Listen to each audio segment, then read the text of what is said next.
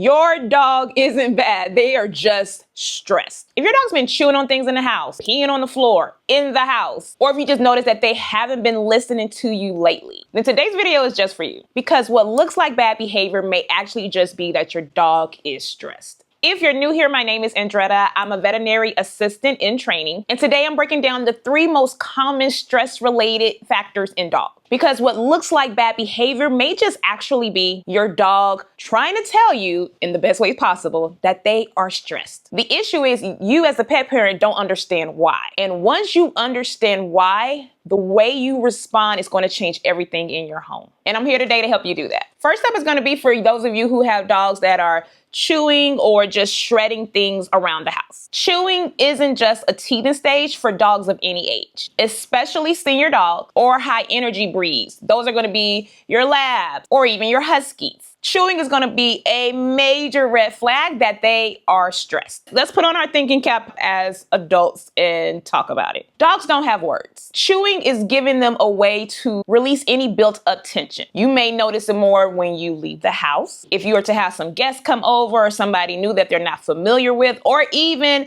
fireworks. And sometimes you as the pet parent, you're making it worse. Like you're trying to distract them, but you'll give them old shoes to chew. And all you're doing is confusing your dog. Instead of giving them that, you need to give them something that's going to be mentally enriching. We're talking about puzzle toys or any hard to chew toy, which gives them a goal at the end, or something that you choose for them to chew intentionally. I have a couple low cost chew toys that I always give mine that are under $20. Some are even $10. I'll link them in the description below. You want to choose a toy that you introduce to them intentionally for them to redirect their behavior. Now let's talk about house soiling. It happens. Your dog pees on the floor and you feel like they should know better because they've been trained not to. It's frustrating. I get it. But let me tell you this, house soiling isn't always because your dog is showing bad behavior. Usually it's 3 other reasons. They feel overwhelmed, overstimulated, or they could be just medically unwell. If you have a smaller breed dog, like a Yorkie or a Chihuahua, if you don't know, those breeds are especially prone to anxiety-related urination within the home. Now, then if you have bigger dogs,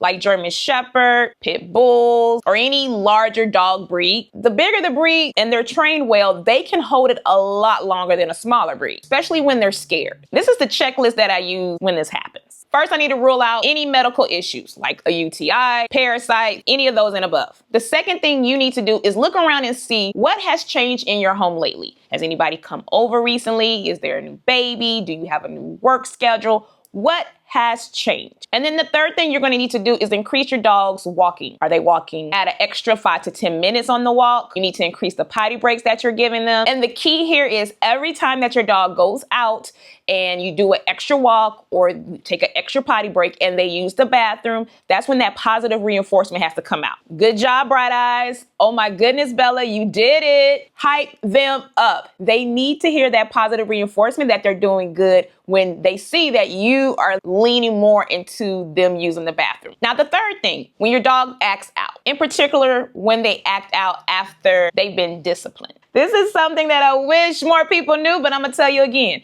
Yelling at your dog does not work. I know y'all gonna fight me on it, but it doesn't. All it's doing is creating confusion. Let's say your dog is misbehaving to your standard and you sit there and yell at them. When your voice raises in their brain, they're not connecting the dots. The dog isn't. The only thing they're doing is feeling your energy. And it actually leads to more behavior that you don't want from the dog. So basically your dog's gonna continue to act bad, quote unquote. Now, the solution to this is you gotta be consistent. You gotta stay calm and you gotta stay in control. And if you're not rewarding your dog, they don't know what's the right behavior and what's not. So once you see them doing the right behavior and you work with them on the right behavior, reward them instantly on it. And then over time, as you stay consistent, you'll start to see your dog change. But yelling is not gonna work. Let's take jumping, for example. You have a guest come over and your dog jumps directly on the guest or they just get super excited. I'm gonna need for you not to just say, no, don't do that. You're gonna have to show them instead. In one of my other videos, I taught you how to teach your dog how to sit. This is when you're gonna do it here. You're gonna make them sit. not with a treat. You're gonna make them sit with the hand motion that I talked about in that other video. Once they sit, you're praising them in that moment when that guest comes in through the front door. And every single time that guest comes through, or a new guest, you practice it over time. And immediately once they sit, you give them a treat, you give them some praise, and then you have your release signal and they will go on. That's it. You've got to be consistent. Yelling is not going to work. Redirection will, with a calm, safe tone. It's not about punishing your dog. It's honestly about them trusting you, you trusting them, and timing. So if your dog has been chewing, acting up lately, having accidents within the home, I'm going to challenge you to look at it differently. Ask yourself, is my dog stressed? Or are they just confused about what I expect out of them? If you want to build a better bond with your pet, you have to start to understand their behavior. And I'm here to help you do that. If this helped you today, I have a free dog body language checklist that's going to be coming out very soon. So go ahead, click the like, subscribe button so that you don't miss when it drops. And if there's a behavior that I didn't mention today, let me know in the comments and I'll cover it in the next video. Talk to you guys again soon. Bye.